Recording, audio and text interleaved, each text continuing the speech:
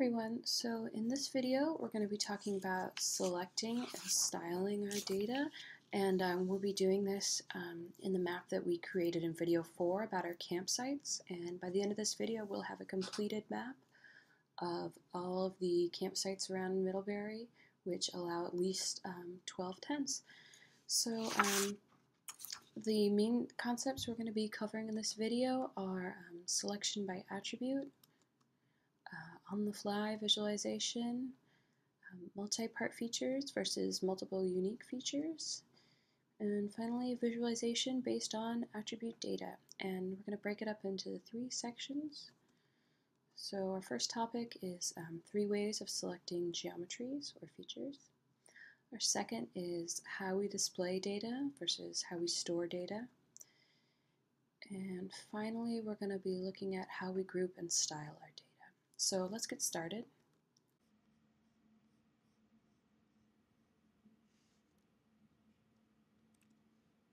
We're going to navigate over to this map, which we created in the last video.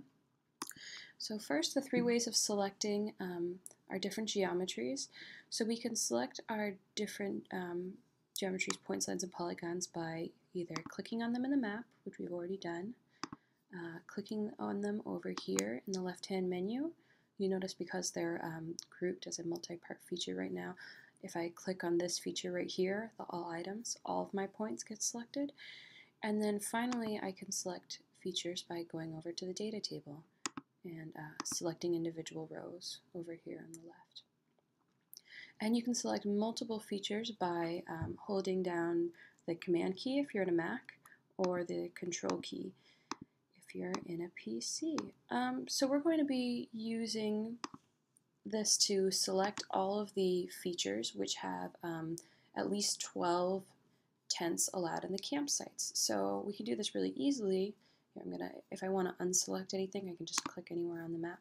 So you'll see it's actually very easy if I go to my data table, because I can see the number of tents over here in the end tents field, and I can just go through and very easily click which ones have more than 12 allowed. So let's see, I've got 2, 3, 4, looks like I've got 5 campsites which allow 12 or more tents in them. So you'll see, and I've highlighted them here. And real quick, I can see that, look, they're highlighted right on the map, which is pretty handy. So this is what we call selection by attribute, because we're not selecting based on which layer it's in, a feature is in, or where it is spatially on the map, but we're selecting based on its attributes, which we can most easily see over here in the attribute table. Okay, so one final thing to note that makes it a little bit easier when you're selecting by attribute is you can go over to your field headers up here, and I'm going to click on this little arrow. You'll notice each field has one, and I'm going to say sort A to Z. Now, what do you think is going to happen if I say sort A to Z with my numerical data? Let's take a look. So it's sorted it in ascending order, right? Ascending order numerically. And if I was to say sort Z to A, it would sort it in descending order. So even though it says A to Z and Z to A, it should just say sort ascending, sort descending, since that's what it actually does. So this is nice if I have a larger data set.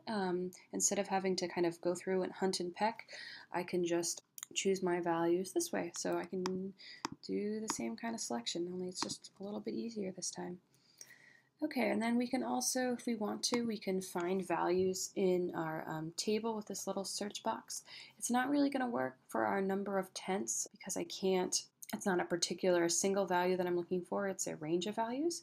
But for example, if I wanted to look for all the campsites in Virgins, I could type in Virgins and you'll notice I get just those 3 points over here, and I can select those pretty easily.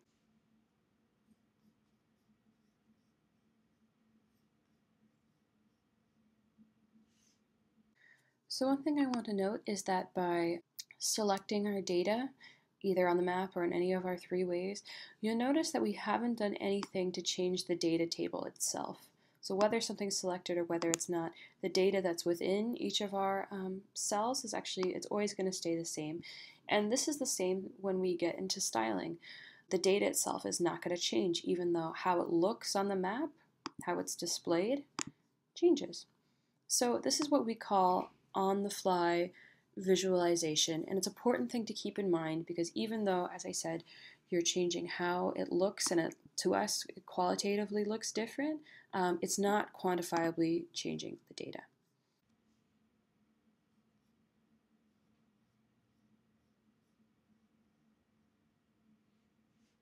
Okay, so now we're going to move on to styling. So the main things that we can do when we want to style our features are to, you'll see the main way that you access styling is to go over here on the left-hand menu, and you'll see each individual feature has its own little paint icon. And if you click on the paint icon, you can see that you can change for points, you can change the color, and you can change the icon shape of point geometries. So I believe for lines you can change the line width and you can change the color, and for polygons you can change polygon transparency and border width as well as the color. I'm going to let you explore that a little bit if you want to in our last reference map, but just to show, so here are a couple of different colors that we've got. You notice we can't change the border color, unfortunately. Only the fill and the border gets changed automatically. And then these are our different icon shapes. So we'll play around with that a little bit later. And I'm going to go over here. I'm actually going to go back to our default. And I'm going to go over here and look at our Style tab on the left. So you notice right now we're in Uniform Style. As I said, when we import points from a spreadsheet, the default is for all these points to be grouped together in a single feature group, which will show up as all items down here, and then the number of geometries, in this case points, will be in parentheses, so we have a total of 12 points. So while in this type of visualization, we can still select individual points from this feature group by clicking on them on the map or in the data table, but I can't select individual points from the list on the left of my browser, right? I can only select all of the features at once. So when we represent features in a uniform style, what we've basically done is created what I'm going to call a multi-part feature. It will automatically group all points, lines, and polygons contained in a layer into a single feature, and you're changing how they're displayed all at once. So you notice when I went here and changed the color, it changed it for all points. So another way I could display my data is I could choose a sequence of colors and letters. Real quick, this is what it looks like. I'm going to let you guys explore that a little bit and think about how it's different than some of the other styles we're going to look at. I don't find this style particularly useful, which is why I'm not going to cover it, but I'm going to let you guys do that on your own. So I'm going to now go to individual styles. If you remember our first reference map, this is Google's default when we start creating features manually. And you'll notice now we've gone back to displaying each point as its own unique feature. So we have multiple unique features, which is different than multi-part features. We can freely change the icon shape and color of each individual point since it's now a feature. So see how I just changed this one over here? Okay, and then the final way we can style is to style by data column over here. And this is going to give us two different options. I'm going to go over to, remember the number of tenths is what we want to show, but I'm going to go to CodeTown just to show an example. So we can either style based on categories over here, or we can style based on ranges. And categories are best for discrete data like integers, or in this case, I'm visualizing town names. So if we visualize this based on categories, each instance of the same value in that field is grouped together. So here, all the campsites are grouped by what town they're part of. So you see we have three points which are part of Regents, 2 which are part of Addison, so on and so forth. And then our second option is to group our data based on ranges. This is better for continuous data. You notice what it did with the town names? It grouped it based on alphabetical order, which really does not make much sense for town names.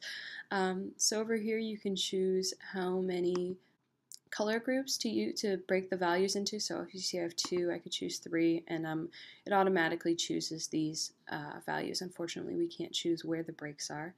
So I'm going to go to number of tenths, which is what we're really looking for, and I'm going to choose 2 groups. And you notice what it did for us? How neat is that? We actually already have our map, guys. So we've got all of the values in this light blue right here are campsites which we're not going to consider because they only have 2 to 10 tenths allowed, and all of the campsites which are represented in this dark blue are the campsites we are going to consider because, and there's 5 of them, because they do allow 12 or more tenths. How cool is that? So we are all set with this map.